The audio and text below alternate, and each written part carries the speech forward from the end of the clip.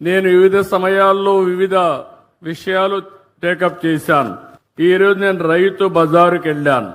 రైతు బజార్లు నేనే పెట్టాను, 1999లో పెట్టాను.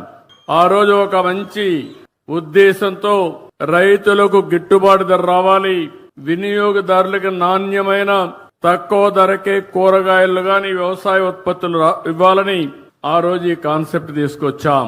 దీనికోసమే పల్లె వెలుగనే పేరుతో ఆర్టీసీ బస్సులు కూడా తీసుకొచ్చాం. వెనక సీట్లన్నీ కూడా ఖాళీ చేపించి అవన్నీ రిమూవ్ చేసి నేరుగా కూరగాయలు అందులో వేసుకుని తెల్లవారితో ఫస్ట్ అవర్ లో రైతు బజార్ దగ్గర తీసుకొచ్చి వదిలిపెట్టేవాళ్ళం.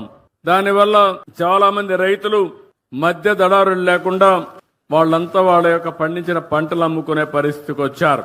ఇంకో పక్కన ఎవరైతే వినియోగదారులు ఉన్నారో వాళ్ళంతా నేరుగా రైతు బజారుకి వెళ్తే నాణ్యమైనటువంటి సరుకులు దొరికేటివి, ఫ్రెష్ గా వెజిటబుల్స్ ఉండేటివి.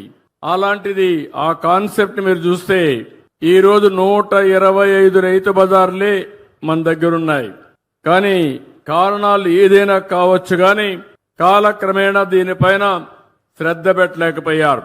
ఈ రోజు నేను చూశాను, ఏదైతే ఇక్కడ చూసిన రైతు బజార్ని ఒక ఆదర్శంగా తయారు చేస్తాను.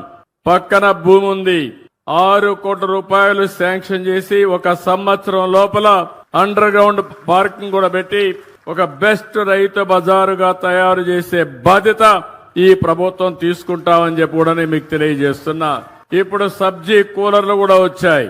ఒకప్పుడు ఎన్నో కష్టాలు పడేవాళ్ళం, కరెంటు కూడా అవసరం లేకుండా సబ్జీ కూలర్లు పెడితే మనం ఏ విధంగా పెడతామో అంత ఫ్రెష్ గా కూడా ఉంటాయి. అంటే ఇలాంటి రైతు బజార్లని ఇప్పుడు 125 ఉన్నాయి. 175 నియోజకవర్గాలకి 175 రైతు బజార్లు పెట్టే బాధ్యత ఈ ప్రభుత్వం తీసుకుంటామని చెప్పి కూడా నేను మీకు తెలియజేస్తున్నా. నేను ఒకటే ఆలోచిస్తున్నాను, రైతులకు గిట్టుబాటు ధర రావాలి, వినియోగదారుడికి ఇన్ఫ్లేషన్ పెరగకుండా వీలైన తక్కువ ధరకి నిత్యావసర వస్తువులు కొనే అవకాశం ఇవ్వాల్సిన అవసరం ఉంది. ఇంకా ఒకప్పుడైతే నేను హార్టికల్చర్ డిపార్ట్మెంట్ ద్వారా మొబైల్ రైతు బజార్లు కూడా పెట్టాం.